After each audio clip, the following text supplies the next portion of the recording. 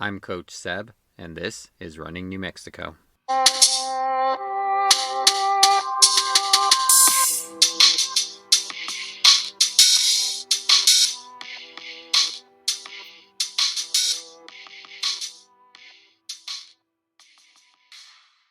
All right, joining me today, I have Matt Thompson. He is a runner. He's doing the Watermelon 100 project. You may have seen me share about it on my Instagram. It's fundraising for the Friends of the Sandias to continue, the work that they do in our wonderful mountain next to Albuquerque. So thank you for joining us today. Thanks for having me. Yeah, absolutely. So, my first question is, how did you get into running? So I ran in high school, cross country and track, kind of middle distance, and I was okay, but never the best runner on the team. I was usually the eighth man, so if someone got hurt or sick on varsity, maybe I would get to race on the varsity team. And then I went to the Air Force Academy for college and stayed fit because of that, but not really into running all that much. Once I got out of there and started like my adult life, I guess, I realized I needed something for fitness. So I started trying to run back in 2013, 2014 timeframe, and never really got into it until I found trail running when I was living in Montana back in 2014, 2015, and fell in love with it. Signed up for my first trail marathon. It was like half trail, half roads, and then just have never stopped, and I've loved it ever since. That's fantastic. Where was your high school career? Like, where did you grow up? So I grew up in Cleveland, Okay. Northeast Ohio area, basically from when I was two until I went to college, and then I haven't really lived there since. I haven't really lived east of the Mississippi much in the last decade, so I'm actually moving back east, which is one of the reasons for the project that I'm doing. But I'm moving to Washington, D.C. this summer, so finally going back east of the Mississippi. How do you feel? It's a little drier on this side, so depending where you're at. Yeah, I've gotten really used to the low humidity, beautiful weather, no overcast skies. I've been spoiled. I've lived in Colorado Springs, Montana, and Albuquerque for the last decade for the most part. So it's going to be rough going back to humidity and swamps and all that. Right, and I don't know how many trails there are out there. I've never really been out there, so Yeah, there are trails, but not like the big long complexes that we have, or like I'm probably not going to be able to find 100 miles of trails in my backyard like I'm going to here. So you're going to have to do a little bit more driving to find them. But there's still right. good races on the East Coast. There's some famous ones that I'm excited to do. The JFK 50 mile Hmm. is one that comes to mind that some of my friends want to go do just because it's so iconic. So Right. I have heard about that one actually. So that's pretty amazing. I'm obviously different and being able to try different things, and but yeah, you may not have the same elevation gain so close either. yeah, yeah, I'm not expecting to get 4,000 foot climbs in DC. I don't think there's any of those. So you mentioned obviously that you did the Air Force Academy and you're active Air Force right now, right? Yeah. So I'm an instructor pilot in the Huey helicopter down here at Kirtland Air Force Base, and I've been doing that for the last 4 years. And when I move to DC, I'll be continuing to fly the helicopters. So that's been my day job for the last 8 years, and hopefully for the next 10 to 12 to make it to 20 years. Right. That's fantastic. I can't. Um, I've always kind of dreamed a little bit about getting a pilot's license. More planes, but helicopters just seem so cool. I mean, I agree. I'm a little biased. But yeah, I've never flown much civilian side. It's all been military. But whenever someone tells me that, I'm like, yeah, go do it. Like a bunch of my friends who fly helicopters have their own planes or fly like on the weekends and like, take their wife up to Santa Fe or something just for Right. fun. So it's a good skill to have for sure. Yeah. Yeah. That's partly like just that idea of just being able to take a flight like that, like just fun. Just whether it's a short or even a little bit longer, it just sounds so much fun. It's definitely different than taking a car ride somewhere. So Yeah. Although the aircraft I fly basically flies the speed of a fast car, so sometimes it's just more efficient to drive, unfortunately. Right. that that makes sense. I, what made you? I guess I'm always curious about the track of people take. What made you kind of go into the Air Force route?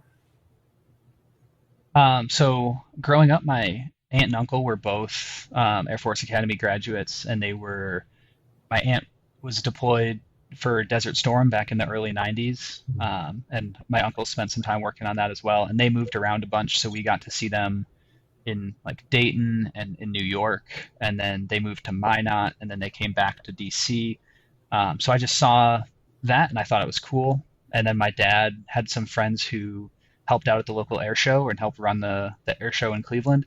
And so I got like kind of the behind the scenes ticket to like go see some of the extra planes and meet some of the people. And as a young kid, that's just so cool to experience. Right. Um, and they both went, my aunt and uncle both went to the academy. And so I knew that that was a place that I could fly planes and go to school for free. And I was like, that sounds like I can do that. Um, and from there, I got one helicopter flight while I was at the academy, and that sealed the deal. I was like, I want to fly helicopters because flying around at 100 feet off the ground is a pretty awesome experience, especially when you have no idea what's going on. So Right. learning how to do it's pretty cool. That's again. That just sounds cool. It like I said, it just makes me want to get out there and do that something like Good. that. Go hop in a plane. It's fun. Yeah, exactly. You talked about your running journey, kind of trying to stay fit, once you got older, which I think a lot of people relate to. Like that's, I feel like a pretty common thing. Like people get into running maybe in high school, and then it's like, well, I'm not good enough to run in college. Like, Absolutely not. so what am I gonna do now? And I guess what was it about the original, like starting up and not in trails at first, that you were just kind of like, oh man, this isn't for me. Um, Mostly I was running in Alabama, which is where the helicopter training is, like at the very beginning for Air Force and Army down at Fort Rucker. And it was just miserable. Like I would go out and I would run 3 miles and I would come back and like you could wring out your shirt and Oh, I was just wasn't having any fun. So I did a little bit.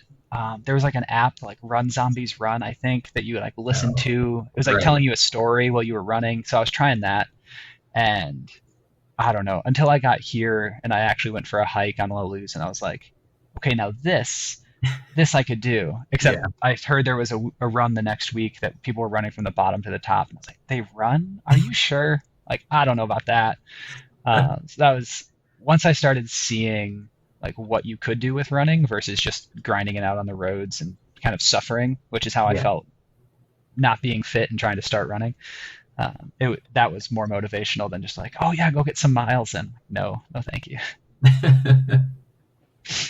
Well, and I feel like a lot of people would feel the opposite way of like what you're saying, like, oh, you want to run up La Luz from the bottom to the top? Like, no, I'll just give me 3 miles on the road and I'm good. Like flat, fast, like Yeah, I mean, I certainly didn't run La Luz the first time I tried to hike it. I had like I was backpacking and camping or something. I had enough gear on my back to last me a day or two.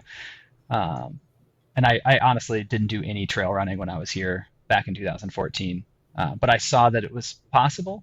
I think that motivated me. Actually, my friends would give me a hard time if I didn't tell the story. So actually, do you know Jim Walmsley, the yes, yeah, pro ultra runner? yeah, Um, so he has a background in the Air Force, was at the Air right. Force Academy at the same time as me. It was actually in Montana at the same time as me. I Um, you're saying that, and I like when you talked about being in Montana, like that's the first thing that came to my head. I'm like, that seems weird to just bring it up. So, yeah. So he had some issues in the Air Force and ran into trouble and was getting kicked out. And he's told his story plenty of times if anyone's interested. He's right, he's an amazing guy, and I think he's made a really positive impact in the world of ultra running, especially. But he happened absolutely, to be in the process of getting kicked out of the Air Force, basically, and he was stuck doing PT test administrating. So he was like watching people take their PT tests and scoring them. And someone who was at the same PT test as me was complaining about the run and how it was, too hard or they didn't like it. And he just was like, I could run this in 7 minutes right now in uniform, in my boots. How about you stop complaining? And I was like, this guy's full of it. There's like, come on, dude. Like, who are you giving this PT test? And Right. he had his name tag on, so I looked him up afterward, and I'm like, this guy can run faster than me up a mountain, like than I can on flat ground. This guy's insane. So I started following ultra running because of that, and having seen the Wallous Trail run, and those two things. Like, I started trying it out, and there was a trail near my house in Montana, and yeah, the rest is history. But finding out that like there are real people who can do, 5-minute miles on the craziest trails you've ever seen, are just like, it's inspirational for sure. Right, right. Like it's I mean I love following the track and field and marathons and all that, and what people are doing, and it is amazing. Boston just recently, like some of the performances were just so awesome to see. But it's something else, like watching these ultras, whether it's the guy who just did it around the track, for the, I think it was the 100K. 100K, yeah. I think he's Polish or Eastern European. Yeah, like Yeah, just like 540s for 100K. that's insane. Like Yep. it is just insane. Like it's like how it's just hard to even wrap your mind around. And then, like you said, yeah, you've got people out there who they're in a trail run and they hit a good stretch and they're just flying, and they're average, and it's just it is like it's so inspirational, and it's just like, no, I don't have to be like what they're doing, but I can. If they can do that, I should be able to do something. Yeah, absolutely. Like, I can get out there and like, run my 9-minute miles and be really happy about it. Yeah. So how did you do on that PT test then? Did you have to do that? So I did poor enough that when I combined that with knowing who administered the PT test, that I was slightly embarrassed, and that I I'm not going to say that's the only reason I signed up for that marathon, but it's definitely on the list of like, hey, I think I need to get in shape, and this seems like a really fun way to do it. So So how did you were you doing this when you started, and you kind of started following Walmsley, and you were, intrigued by this whole thing and the law loose, like, did you find a group out in Montana? Were you doing this by yourself? How did that go? So I was pretty much solo in Montana. There were a few running groups, but they like, Wednesday evenings at like 7:30 or something like that. Most running groups in the Air Force schedule don't usually line up necessarily. So I was pretty much solo the whole time. I had a few friends who would come on runs with me. One friend in particular who would like, when we did there's a mountain out there, Highwood Baldy, that we would run up. He did that a time or two with me. But I was, for the most part, by myself, learning the ropes and just like watching YouTube basically, and watching race reports and seeing how the cool things that people did in training. That's awesome. I mean, that takes a lot of motivation to get out there and train by yourself. And there's plenty of people who do it, but it takes a lot to make sure that you're holding yourself accountable. Yeah, I much prefer having friends that I can text about running. And like, I was actually just texting my running group trying to coordinate tomorrow morning, like, hey, can we do a shuttle, like move some cars around so I can run part of the route for the Watermelon 100? And like, hey, is it cool if we get up at like 5 o'clock tomorrow? Like, and they're like, yeah, like, where are we running? So it's awesome to have people who hold you accountable and just get out there with you. It makes it so much more fun. Yeah, I mean, I know that, obviously from experience, and there's something to be said about those runs on your own and all of that. But sometimes it's just, you need that group, or you need that person with you, again, whether they show up or they're just message you like, how'd that run go today? Mhm. Yeah. So you were in Montana, and then it was Colorado Springs after that? So Colorado Springs is where the academy is. Oh, So right, from right. Montana, I came straight here back in July of 2018. So when we first started looking here, I basically told my wife, Erin, like, hey, if we don't live on the east side touching the trails, I'm just going to spend time run commuting to the trails. So can we live on the east side? And it worked out great for us. I can get to dirt in like a quarter mile and to an actual trailhead in like a half mile. So I'm in, I'm exactly where I wanted to be in terms of that. And we've loved the neighborhood and the area. So it's worked out. Oh, that's great. That's great motivation to look on that side too. Yeah, it's not usually how you should look for a house. Now that I have my kids are school age, now looking in DC, we're like, oh, where are the schools? Where's the nice neighborhood? Right. And then I have to check Strava and see like, are there any running routes nearby? Versus coming here, it's like, no, we're going to the trails right now. So Right. Right. You have to check those routes and see, okay, what's popular, what are yeah, people yeah, liking. yeah. Just check the heat maps, Yeah, see where the trailheads are. exactly. uh, uh, is as you're kind of looking at, is it matching up a little bit between the trails and the schools? Or are you going to have a bit Um, of a run commute to them? yeah, I don't think there'll be any like actual single track within like a short running distance. I might be like, hey, run to the trails, run a loop, and then run back. So to get any good trail running, it'll probably be a drive, unfortunately. But Yeah. I mean, you can't beat the Sandias. Like, as, as one of the reasons why this project even exists is just because I feel like the city is so underappreciated for the trail access that you have here. I mean, there's what like 6 or 7 trailheads on one side of the mountain. Yeah. Like, go out there. You can't avoid it. Like, do you want to go to Copper? Do you want to go to La Luz? Like, they're totally different. They feel different. They look different. But it's all the same mountain. It's awesome. Yeah. Yeah. It's and there, yeah, like you said, and just even just running along the foothills, and going north south. I mean, you're still getting you're going up and down. You're getting sand. Like there's so many different ways to run it that it's just anybody can get out there and get something out of it, which is, yeah, that's just amazing. So let's let's talk a little bit about how, you mentioned a little bit, but how this project get started. How did you, you know kind of think this is something you should do? Um, I mean, it started like most things do. It's just a really bad idea.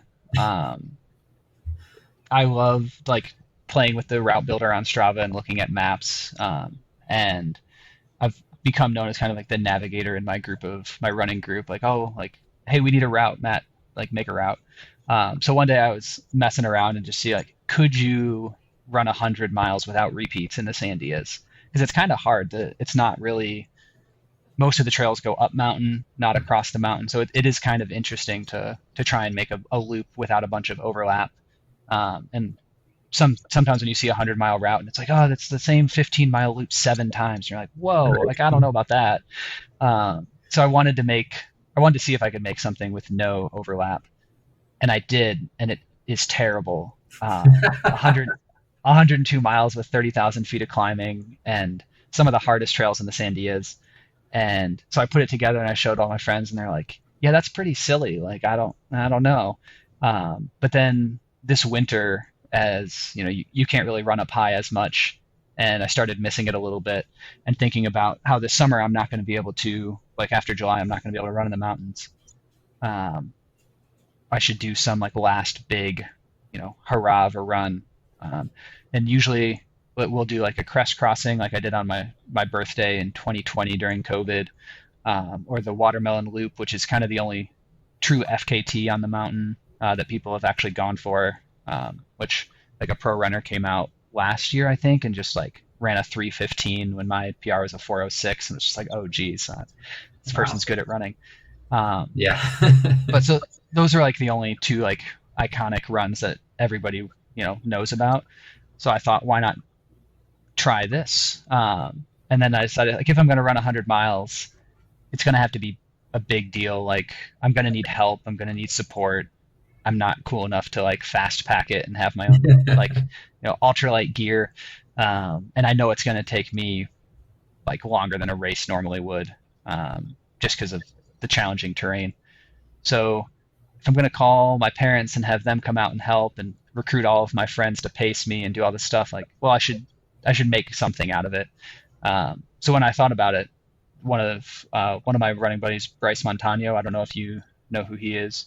I don't think He's a just a local runner, but he had mentioned like doing trail work and had talked about some weekend that he was going to go do that, and I was like, oh man, like I've never done that. And then there was an outside online article that circulated a year or two ago that's like trail runners never help the mountain; it's all mountain bikers doing the trail maintenance. So with those ideas in my head, I was like, oh, like I should find a trail maintenance group and do a fundraiser for them. Um, and that was kind of the basic idea, like run the route, do a fundraiser, and then I decided if I'm going to do all of that, if I make a video, maybe people would like to see the Sandias on YouTube and like check it out. Because compared to other like cities like Boulder or Salt Lake City, our YouTube or our like video presence is almost non-existent here, which is so sad. yeah, So like I think Sage Canada did a video like 8 years ago here, like running on Laluz, and that's like the biggest way to find the Sandias on the internet, which is just kind of sad. And I have no experience making videos or films of any kind. Lots of yeah, experience watching them on YouTube, but that's about it. So I figured I'd give it a try and see what I could do. So those three pieces kind of came together, and then the organization Fossum, Friends of the Sandia Mountains. I basically just Googled trail maintenance organizations in New Mexico, and there were 4 or 5 of them, but Fossum just stood out as they've been around since '97. They have 200 active members. They do trail maintenance every week. They have this down tree tracker that they have on their website that is kind of hilarious from a trail running perspective. Like if you go on there and you check your route, you can see if there's going to be down trees on your route ahead of time because wow, they have what do they call it? Like trail rangers who just they don't really participate in the trail clearing, but they'll post on the spreadsheet and say, hey, there's a down tree 2 miles up this trail. And then when Fossum goes out and clears it, they mark like, hey, we took down the tree on this day and it's good to go. wow, And like who does that? It's awesome. So as soon as I saw their website and read their stuff, I was like, okay, this group is going to be like a great candidate to fundraise for. And then I got in touch with them back in February or March, and it's been a lot of conversation back and forth to figure out like what the plan was and how best I could help them. I think they were a little surprised that someone wanted to fundraise for them with no like ulterior motive. Like I'm moving, I don't want your money. yeah, Like I want to go try and see if I can run 100 miles, and I'm going to try and use the attention for you guys. So they've been super supportive, if a little surprised, and they've been great. Like I've done some interviews with some of their members, and like they think that the project's really cool, and they love the Sandias. Like most of them have lived here almost their whole lives, like or at least longer than I've been alive. So it's a great organization to work for, and they are basically the volunteer arm of the Forest Service here in Albuquerque. They did 15,000 volunteer hours last year during the pandemic, wow, and this Forest Service was quoted as saying they're like 7 or 8 full-time employees, like just in the Sandias, which the Forest Service can't afford. I think they have like 5. So they're like doubling their workforce just by being awesome volunteers. So that's getting a fundraiser for them has been fun. yeah. Well, that's fantastic, and that's amazing. And I think it can be easy for people who like being in the Air Force, where it's you're moving so often, it can be hard to kind of really connect with the community, and to not only that you found a connection through the running, but also now like trying to make it kind of better for everybody. And Yeah, that's I really hadn't like made it like I made my connections with my friends, but I think you're absolutely right. Like not that the military is bad about it, but it's just hard when you know you're only going to be here for 4 years. It's not fun to leave friends and like close relationships behind. So if you just stay with your military friends and participate in the community when you want to, but not giving back all that much, that's the easy way, and that's definitely what I was doing. Um, so I'm really glad I decided to do this project, and I've met a bunch of cool people, and hopefully in the long term will be better for the Sandias. We'll see, I guess. Yeah. Well, I mean, obviously, I hope so as well. And I mean, to me, it feels, I don't know, maybe a little bit more important, trying to protect and do what we can for the Sandias right here when we're seeing everything that's happening up in northern New Mexico, and with the fires and all the trails and the homes and the destruction that's going on up there. It really definitely seems like this is extra important that we're making sure that we're providing some resources for the people out there who want to be out there and helping and doing things that are beneficial for the mountain and for all of us. Absolutely. So I want to go back a little bit Mhm. and talk about maybe your first trail experience. What was the first, not necessarily run, but what's the first race that you decided, like, okay, like I'm not just gonna train on these. I'm gonna go ahead and just I'm gonna run like race.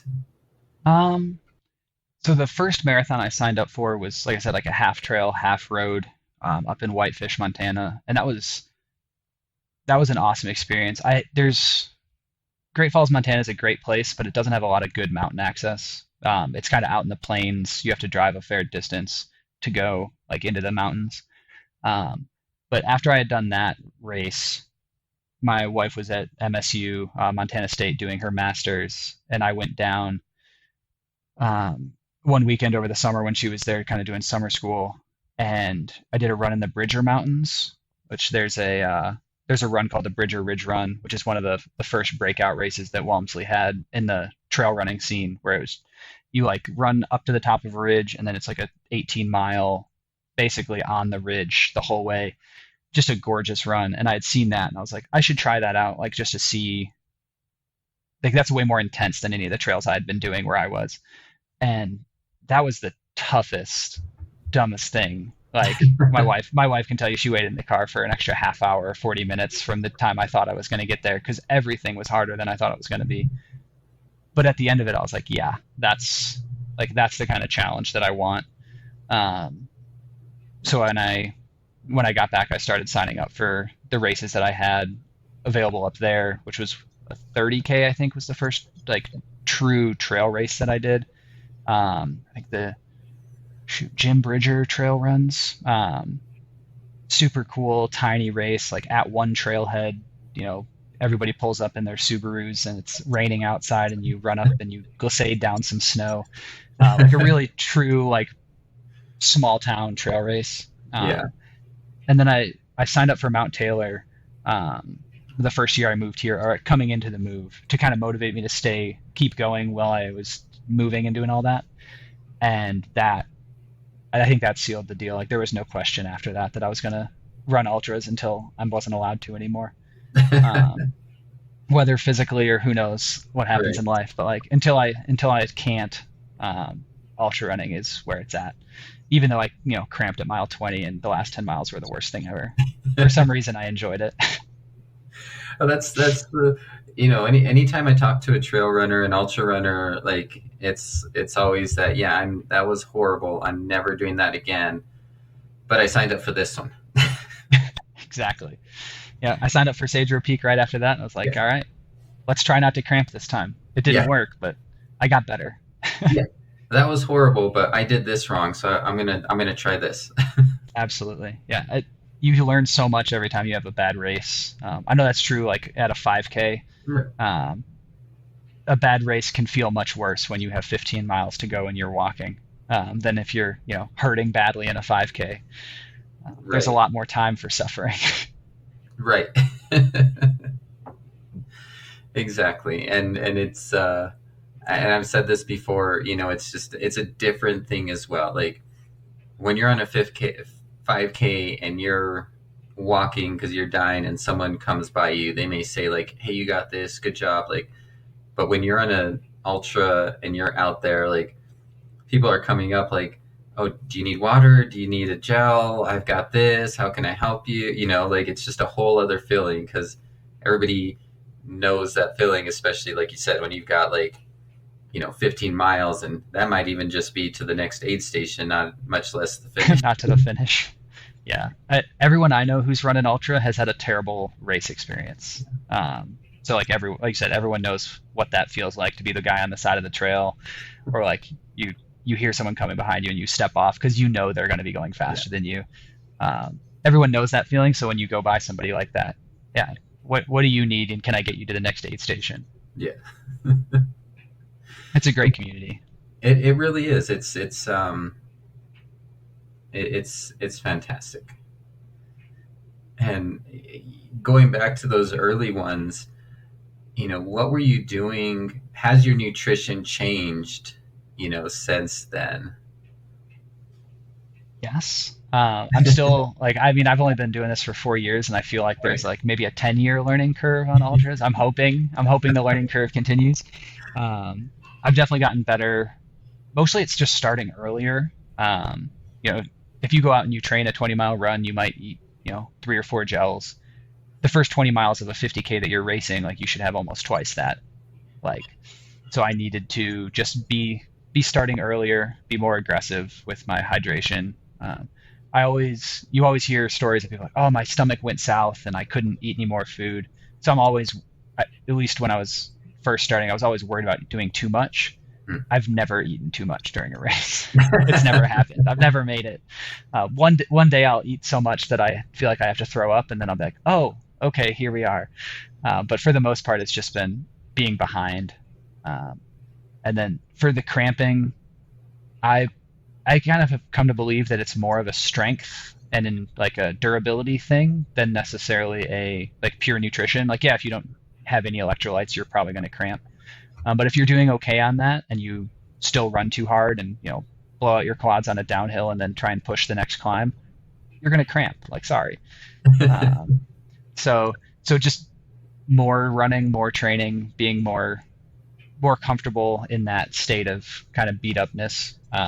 I haven't cramped in my last two races, knock on wood, and my nutrition definitely hasn't been perfect. So I think there's an improvement there, both just like longevity, how many lifetime miles do you have in your legs? Right. Um, I see a lot more like 30-year-olds cramping on ultra runs than I do like the 60-year-olds who are still passing you with 3 miles to go, and I don't know who they are, where they came from, and how they're so good at their job.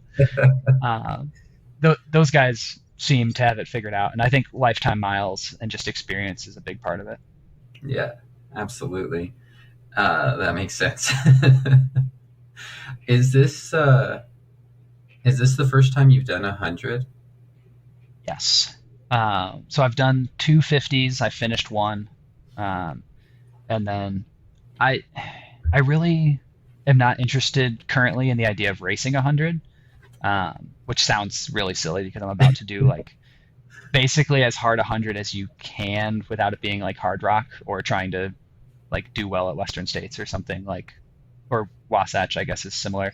Like 30,000 feet of climbing is big, especially for a U.S. ultra. Um, but the big 100 milers, like I don't have that kind of time really. And I know I don't have the miles in my legs. Like I know that racing a 50 mile or a 100K is just as fun and would be a better experience. Um, but in this particular instance, 100 miles makes way more sense than anything else because that gets more attention, I guess, and it looks Yeah. cooler. So we're here for the style points, and if I don't finish, that'll be my own fault. So Well, you mentioned, and I want to get back to this 100 miles and the watermelon project, but you mentioned, like you said, you don't have that kind of time. So, obviously, Air Force takes up a large majority. You talked about being a father, you have a wife. How do you train for, these ultras for something like this, with those other obligations? Because it can be hard. yeah. I mean, luckily my wife is as supportive as you could reasonably ask someone to be of me spending multiple hours a weekend doing this. And then a lot of early mornings is probably the best answer. Um, for the most part on weekends, I'm getting up between 4 and 5 to get my miles in. This morning, I think I was left the house at 5:45 for a 14 miler, which isn't that long, and it wasn't like up a mountain or anything, but it's still 5:45 on a Saturday morning isn't when I used to wake up, that's for sure. Yeah. Um, during the week, I used to, like a year or two ago, do a lot of night running. So put the kids to bed, make sure Aaron's good to go, and then leave the house for a night run. Um, I found that that really wasn't good for me. Actually, my coach is David Roach, who does Some Work All Play Athletic Group. If you know who they are, Yes. um, he's an awesome ultra runner, a great coach. I started with him back in 2019, I think. So it's been 3 years. I think this month actually. And at one point, he was basically told me, "Stop running at night. You just need to stop it." I am notoriously not flexible and have tightness issues and cramping issues. And running in the morning, and then having the whole day to stretch out and recover, and occasionally grab the Theragun or a foam roller to take care of yourself a little bit before you spend the night in bed has just been an absolute life changer. Um, so getting up early, running most of my miles like in the dark, honestly, especially during the winter. I probably have more headlight miles so far this year than I do daytime miles, which kind of stinks. Um, but I get the miles in and hopefully have like reduced impact on the family. Most of the time, I can figure out a way to not impact. It usually ends up looking pretty weird. Like this last weekend, I ran in Flagstaff because we had a family vacation. We had a bunch of friends. We had 10 kids in the same house. It was an absolute madhouse. And I got up at 4 in the morning and I ran towards the Grand Canyon. And at 8:30, after everyone had breakfast, they drove towards the Grand Canyon and picked me up on the side of the highway. Um, Wow. but I got my 24 miles in, and they didn't have to get up at 4 in the morning, and Right. they only missed me for a few hours rather than me like leaving during the middle of the day or something like that. So Right. any way I can reduce the impact on the family um, is usually what I go for. That makes sense. And I feel you on those night miles. Like I've done it here and there, and not a lot. And it seems like that's like the easiest like choice. Mhm. And waking up early is not fun. So especially, Indeed. but man, it throws off your sleep more than waking up early. I feel, it Oh, just really, yeah.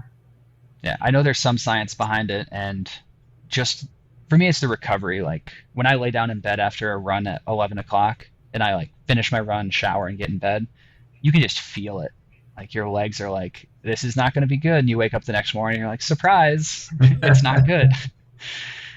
But if you can force yourself to get out of bed and get your run in, um, and then you walk around all day and get out of your office chair a few times, you end up feeling so much better by the time the evening comes. And then you can actually relax in the evening and hydrate and hang out with your family and not be thinking like, oh, I can't eat too big of a dinner because I have a workout, or oh, I can't drink too much because then my stomach will be full. Like Yeah. you can just actually focus on being home and present, which is nice.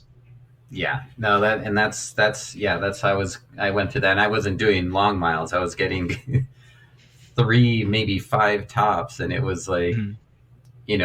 earlier dinners, and then I'd finish up, and then I'd want something else because, like, after you're exercising, like you got to put some more fuel in. Like, just everything was just out of whack, and yeah, it's I love. Morning is the way to go. Yeah, I'm probably more of a morning person anyway, but that's yeah, I yeah. So you talked about having your friends out there pacing you and running with you. How often are people going to be coming in and out of this run with you? Um, if it all goes to plan, hopefully I won't run alone the whole time. That would be like best case scenario. I've got a list of like 15 or 16 people that are have offered to run or have shown interest in the past or whatever. And a lot of people are going to have family stuff, and the times are pretty specific. Like if you want to run this leg, it's going to be from 2 in the morning to 6 a.m. So come on out. Um, And but I'm that's if hoping to everything goes have, right. yeah, yeah, I'm hoping to have like my running club will definitely all be out there at various times, and then my family members on some of the easier, flatter sections will be helping out. Um, and then if there's a few legs where I don't have somebody, it's not a big deal. The longest section of the 100 is 14 and change, without an aid station. I think there's two that are pretty close to that. But then for the most part, it's 10 miles or less for each section. So there'll be a lot of changeover. So hopefully no one has to put in a big huge effort, and not be able to help or like feel like they're holding me back, which is unlikely because I'm not expecting to be too quick, at any given point. Well, with I mean that much elevation, that sounds, yeah. You can't imagine too quick. Yeah. Every time I run 20 miles, I tell myself if I'm less than 6,000 feet, then that's less vert than every 20 miles of the route will have. So that's kind of my motivation to run really steep 20-mile runs. Just so I Wow. can say, okay, 5 times that, and then you're done. Oh, so what is your, you said you made this map and everything. What is kind of the basics of it? Like, where are you starting? Where are you going? I'm doing a counter or a clockwise loop starting at the tram. So that's like the simplest way to describe it. Yeah, Um, and then if you think about every climb that you've heard of on the Sandias, with the exception of Dominga Baca, I probably run it. So in quick order, the first half of La Luz, Piedra Lisa, Agua Sarca, um, Osha Spring. I go down Chimney and then up the top half of La Luz, um, down the ski resort, then back up the ski resort on the switchbacks like the mountain bike trails. right. Um, over to Faulty Trail, which is probably the most unique part of the mountain because for about 10 miles there's like Faulty Trail, and that's it, and there's no way in and no way out, which is kind of the only place that exists on the Sandias. And then I go up CCC, down Hawkwatch, over by Three Gun, which most people consider like not even a hiking trail, let alone a running trail. So we'll see how that goes. Um, and then up Three Guns, and then once I come back to the west side of the mountain, it's pretty normal. Up Whitewash, down Embedido, up Oso Ridge, down Pino, and then to the tram. Basically every named trail with a Yeah. big climb on the Sandias you hit. Oh, that sounds like horrible. Yeah, yeah. Uh, the But in guy a good who, way. yeah. I mean, I keep telling myself people call me crazy in a good way, or it's terrible in a good way. The guy who wrote the hiking guide to the Sandias, his name's Mike Coltrane. I got to meet him, did an interview, and we kind of like walked through the route. And there were a few times he just looked at me like, "Are you sure that's what you want to do?" Um, the most notable one is so Oso Ridge. I don't know if you've ever done that climb. It starts at the Embedido trailhead and goes up the ridge just north of Embedido, all the Okay. way to the South Crest Trail, and it has probably the steepest or the second steepest part of the entire mountain. I call it the vertical forest because someone said that once and it sounded cool. But basically, you go through the cliff wall at a big break in it where there's a forest growing on the west side, um, and it's at mile 83 to 90 or so, Wow. and it's like probably in the top three hardest climbs on the route. He's like, "Are you sure you want that at the end?" Well, to end at the tram, yeah, that's the only way to do it. Going to and from the tram made the most sense because it's just like the easiest access. So like if anyone Right. wants to watch me finish, like that's an easy spot to do it. It's not out of the way. You don't have to like drive up a dirt road or something silly. So Right. And did you ever consider doing this loop backwards? yes, and there's a lot of ways that would be better. Um, although you would have to climb Hawkwatch and Chimney instead of going down them. So Yeah. take it or leave it, I guess. Um, to be completely honest, my least favorite trail on the entire mountain is leaving the tram going north. It's like the La Luz connector, and a lot of Right. people like hike it. It's actually one of the first I ever hiked because I parked at the tram, hiked to La Luz, and then rode the tram back down. But that trail is just awful. I don't like it, and I don't know why. Like it's not that steep. It's not that. It is kind of technical. There's like rocky sections and lots of turns, but I just don't enjoy running it all that much. So I made it. I put it first. I was in charge, so I got to pick, Yeah. Get it out of and the I'd way. rather do that at the beginning. Uh, Unfortunately, it makes like my third probably least favorite part of the trail be the very last section. The water tanks above the tram. Oh yeah. There's those. So you come from the south, like up that arroyo to the water tanks, and then run down the road into the tram parking. I don't like that climb either, but it's not as bad as the one going north from the tram. Well, like you said, you got to create it, so that's Yeah, awesome. yeah. I'm in charge, so I get to pick where the crappy parts go. Yeah. You think anybody will follow in your footsteps and do it after sometime after you? I hope so. There's one of the people who's pacing me actually. She has said that this is like if this goes well or like she thinks it looks cool, like she's gonna try it. So I really hope she does. There's a few routes like the Wonderland Trail is a loop of Mount Rainier, and an ultra runner named Gary Robbins just made a film last year called The Big Chill. And it's a 100-mile route in Chilliwack, British Columbia that he made, kind of in the same like, hey, can these trails connect? Let's try it Yeah. kind of mindset. So those inspirations, like it would be so cool if people were like, oh, I need to go to the Sandias to run this Watermelon 100. It might be too stupid of a route for someone to want that. It might be, I don't know. But ultra runners are notorious for saying stuff like, oh, yeah, like no one's ever going to do that again. And then someone comes out and does it twice as fast because they can. Right. So if I make it sound really hard, maybe that'll inspire like people who are good at running to actually come out and try it. Yeah. My personal goal is 40 hours is like my A goal. And then before sunset on Sunday, which would be like 48 or 49 hours is my B goal. Um, but if someone who was like good came out, like you could probably do it in around 24 hours pretty reasonably. Um, if you had like hard rock experience and were like an above average, like semi-professional trail runner, which is not me. Yeah.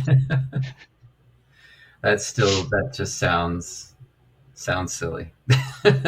Yeah, that's most people I know that know anything about running think it's pretty silly. So Yeah.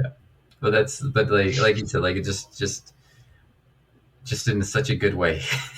yeah, keep telling me that. Yeah.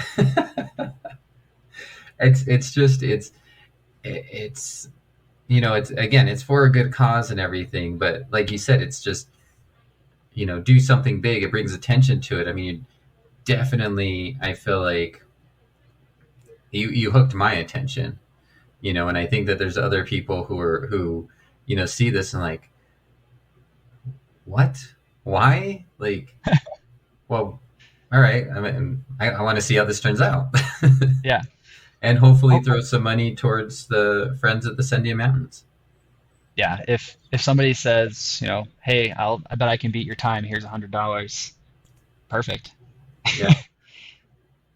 And so I did see you did put up I think one video so far, like an I've put up intro. a few. The intro is the one that's gotten the most like traction or views, like 100 and something. But I've That's done two route previews and then two interview videos okay. with some Say- Possum members. Okay. And so I think I saw, yeah, so I saw the intro, and then I don't think I saw the other one. So I'll have to go back and check those out. And what's a good way for people who want to check those out? Like how do we find it on YouTube? What do we search? So Watermelon 100 Project on YouTube or Facebook are the two easiest, and those both have links to the GoFundMe that the fundraiser is hosted at. Instagram's a bit weird. It's Fluke City Track Club, which is run by one of my buddies, Derek Metzger, and he basically I send him the posts that I'm putting on Facebook, and he makes them look nicer on Instagram to save me from doing some of the social media for this. But those are the three big places. And then on Fossum's website, so if you are interested in checking them out, they have actually put a guy named Cliff Giles. He does a lot of their webmaster stuff. He's basically been tracking my long runs and taking the GPX files and like posting them on the page so you can see the training I'm doing for the route. Oh, wow. Um, so most of the training I've been doing is on the route itself, like trying to get certain sections knocked out just for practice. So he's been highlighting those and putting them on the website, which is pretty cool. That is really cool, actually. I did not. I think I did see a post on that, but I never went and checked it out. So those are awesome places, and I'll make sure and put links to those, in the description here as well, so people can check it out. Um, Awesome. or for when you're getting ready to run, or even after, people can go back and look at it and be like, all right, well then that's what I'm going to do, or that's Yeah. The website that does FKTs, I think it's like fastestknowntime.org or something like that. I definitely plan on posting the whole route like in its entirety on there. So like usually for like longer routes, they ask for like a full description of like what the route is. So I'll do a little write up and post it on there. So hopefully that'll attract people who see a new 100-mile route pop up on the, or if they filter for too much vert, they'll find it. right. And so what are you using to take the video? Like, are you taking, like, is it a little camera? Do you have a GoPro? How's that working? So I have a GoPro. I actually kind of got it for this project or with this project in mind. So I've been practicing filming with it. Mainly the reason I've made any videos so far is just so I can learn how to use it. And then I also have a drone that I've had for a while, just like a fun hobby. But now I get to use it to do some running filming, which is pretty cool. So those are the two big pieces for the interviews that I've been doing. My wife is a professional photographer, so she has a very nice camera that I've been stealing Nice. to film interviews. And then she'll probably be doing some filming and picture taking on the day with that. But it'll be mostly a GoPro video.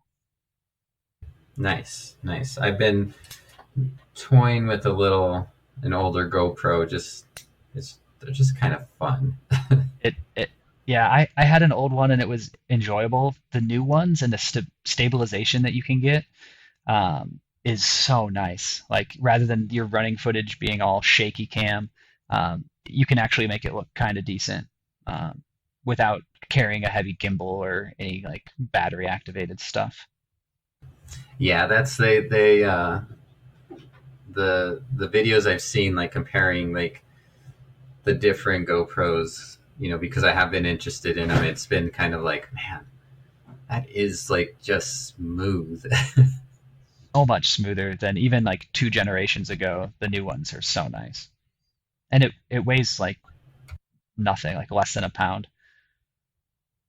Yeah, and they're super lightweight and just yeah. I I've kind of had some of the same thoughts as you. I think that there is definitely a bit of a lack of um, video content for the Sandias, for a lot of Albuquerque running, really. Mm. And but yeah, again, it's another. How much time do you have to do these different things and edit things together? and Yeah. Yeah, the fun stuff.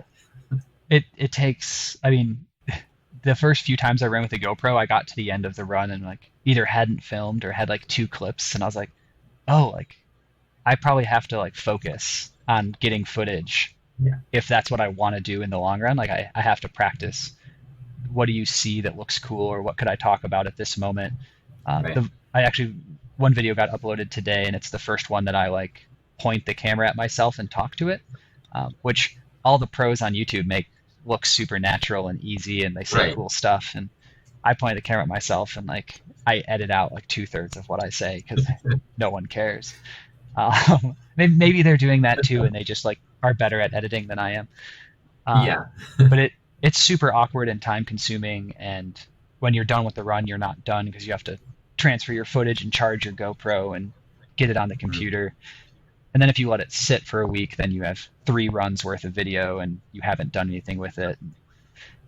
Yeah, Yeah. it's. I've I knew this was going to be tough when I started, but it's been a lot. It's been a lot of learning too. It's been a lot of fun. Like I've never I've never tried to make the videos that I watch on YouTube, and now I'm trying to do that. So Right. it's definitely an enjoyable experience when the time isn't terrible. Right. Well, I think, like to your point on that, like it's a lot of fun. Just the project in itself is a lot of fun, right? Like you're trying to do something, you're trying to push yourself, you're trying to do it for this group, and so there's like a lot of excitement and fun, and like, can I do this? That's associated with that, and then at the same time, trying to learn this other like new skill, which in itself can be fun and exciting, but when you're combining them, it's like I know that it can be overwhelming. And I'm also, we just sold our house and we're trying to buy a new house and we're planning Yeah, a move. And I still have a day yeah, job. It's right. all, and Well, like we the talked about kids before and we, all that stuff. yeah, before we started recording, like we had soccer this morning at 10. So that's why I got up early to get my miles in. So it all adds up, and it's definitely more work than I thought it was going to be when I started. But that's just me not knowing what I was getting myself into. I Right. probably could have done with either the fundraiser or the run or a film about the Sandias. Either any of those three would have been fine. Yeah. Even maybe just two of them. Yeah, pick two. But no, here we are. Go big or go home, right? You know, it that I'll take that as a motto. Like it's not the easiest 100 miles you could run. It's not the easiest way to, like, I could have just given some money to Fossum. Um, Not as much as I've raised. We've raised 4,500 so far, which is more than I would have donated, I think. Yeah. But like I could have just donated money. Right. Um, I could have just used my GoPro and taken some cool trail footage on the Sandias. Um, but we're going big, and we'll Yeah. see if it works out. You could have just done, like you talked about, South Crest to North Crest, and just done across, and but this is so unique and amazing, and like I said, it has me intrigued. I'm excited. I hope the people that are listening get excited about it, and um, I'm assuming that the fundraising doesn't end on the day that you finish. Will it continue past Correct. the day? So I think we'll leave it open until I actually air the film. Um, I haven't gotten there yet because, like we just talked about, there's a few things going on. Right. But optimistically, I'd love to show it in a place where Fossum can come watch, and like local Albuquerque runners could. So like a local sports store, or I don't know, somewhere that is willing to show a film for free and have people come check it out. Um, the biggest thing that honestly the biggest hurdle of this whole project has been making sure the Forest Service is good with it, because you're filming in a wilderness and there's a bunch of rules and regulations. So Right. I can't make any money off of the film on purpose. So if I can find someone who's willing to like do it for free or not ask for any money or send me any money, um, because the fundraiser and the film can't make money, whatever that means from a federal perspective. So as Yeah. long as it's all donations all the time, it's good. But as soon as someone starts like making a profit, then it's illegal. Um, so hopefully I can find someone to show it, and that that will probably be when the fundraiser would officially end. Awesome. Well, hopefully there's somebody listening to this that's like, oh, I know somebody, or I can do it, or and they can reach out to you, and or reach out, on the Facebook, on yeah, Fluke City on Instagram, you know, um, and YouTube, whatever, however they reach out to you, Mhm. and we can make this happen, because I Awesome. think, like I said, I think this is pretty amazing. Thanks. Yeah. So I think that's a great spot to kind of wrap up for today. Thanks again for being able to take some time away from being a parent and training and editing videos and your day job, and the list and list and list. Yeah. um, I'll ask you the last question I ask anybody, and that's just, what are you listening to get you going, get you motivated, getting you up at 4 a.m., or in a helicopter having fun. So my music will taste is fairly eclectic, I think. But right now, my early morning runs are sponsored by Birdie, which is slightly embarrassing to admit, I think. Um, Super chill, great vocals. I can zone out really easy. Um, Honestly, my last like 3 long runs that I've listened to music, I'm mostly not a music like listener while running, but in this case, Birdie has done me a lot of good on the Crest Trail. So That's awesome.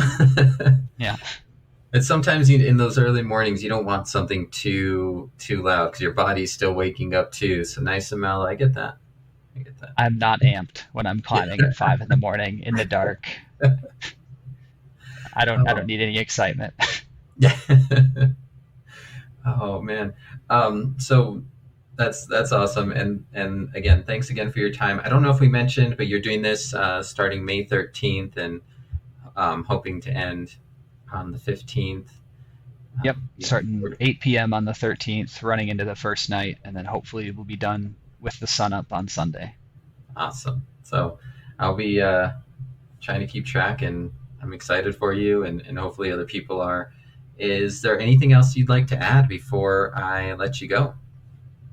Um, I'd really just like to thank Fossum for just being an awesome organization to work with. I've never done this before, and they've been super supportive the whole way. I know I'm donating money to them, so they might as well be supportive, but they've been more helpful than they need to be at every step of the way. So they're an awesome organization, well worthy of your donations.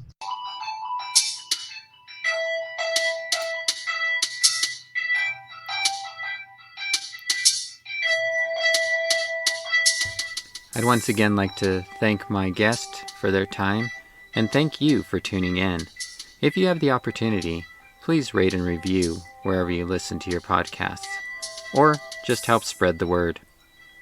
Music was provided by Philip Friedman. You can follow him on SoundCloud at DJ Teach. You can follow me on Instagram and Twitter at RunningNM. Feel free to drop me a line or shoot me an email at runningnewmexico@gmail.com if you have any questions or know of someone who should be interviewed. In the meantime, keep running, New Mexico.